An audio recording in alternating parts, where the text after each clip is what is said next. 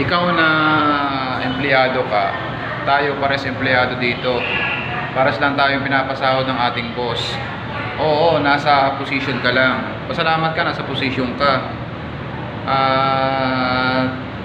Malaki ang sahod mo. Pero dapat, yung pakikisama mo sa mga empleyado, dapat ituring mo naman tao. Huwag mong sisigawan at huwag mong utos-utusan. Alam mo, pares tayo empleyado rito. May boss tayo, pares lang tayo ng kinalalagyan ba. Nasa posisyon ka lang. Pero dapat ituring mo yung mga tao dito, yung tao, hindi yung akala mo hayop kung pag-utos-utusan mo. Hirap magmura eh, baka ma-violation ako pag nagmura.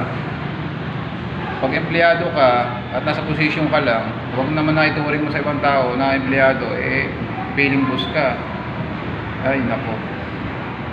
Bahala ka sa buhay mo kung diyan ka masaya.